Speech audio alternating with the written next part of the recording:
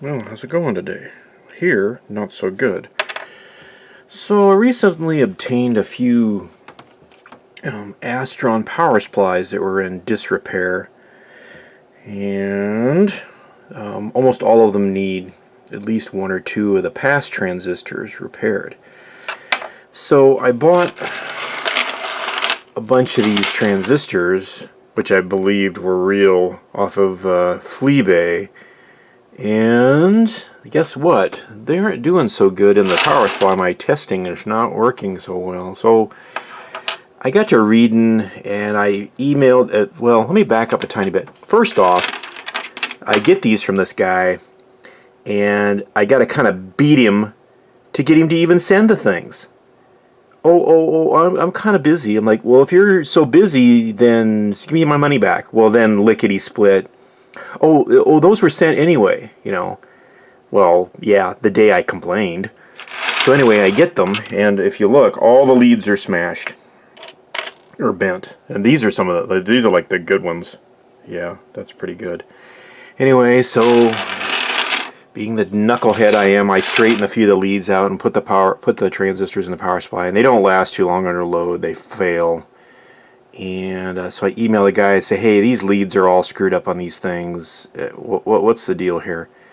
Oh, well, we buy in such large quantities, there's bound to be a few failures. I'm like, well, I've got like 3 or 4 of these that have failed. Good thing I didn't load the whole thing up. These power supplies take 8 of these each. That's why there's so many of them.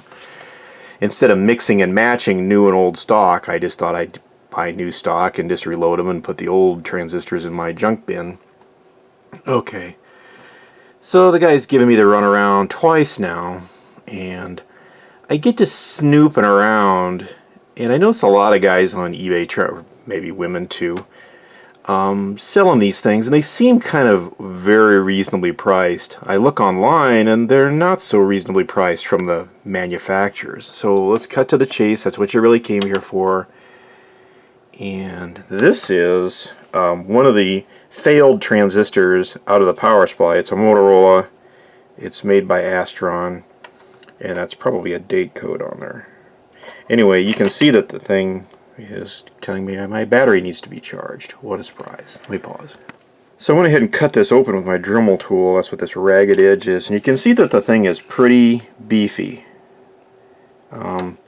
There's a heavy metal plate in there. There's this square is the actual transistor substrate, and then there's some pretty heavy wires that are welded to the wires that come through. So pretty heavy, and it took me a long time to gnaw through this case even. Okay, so this is one of the transistors he sold me. This is supposedly from On Semiconductor. That's the new version of Motorola, I believe. Whatever.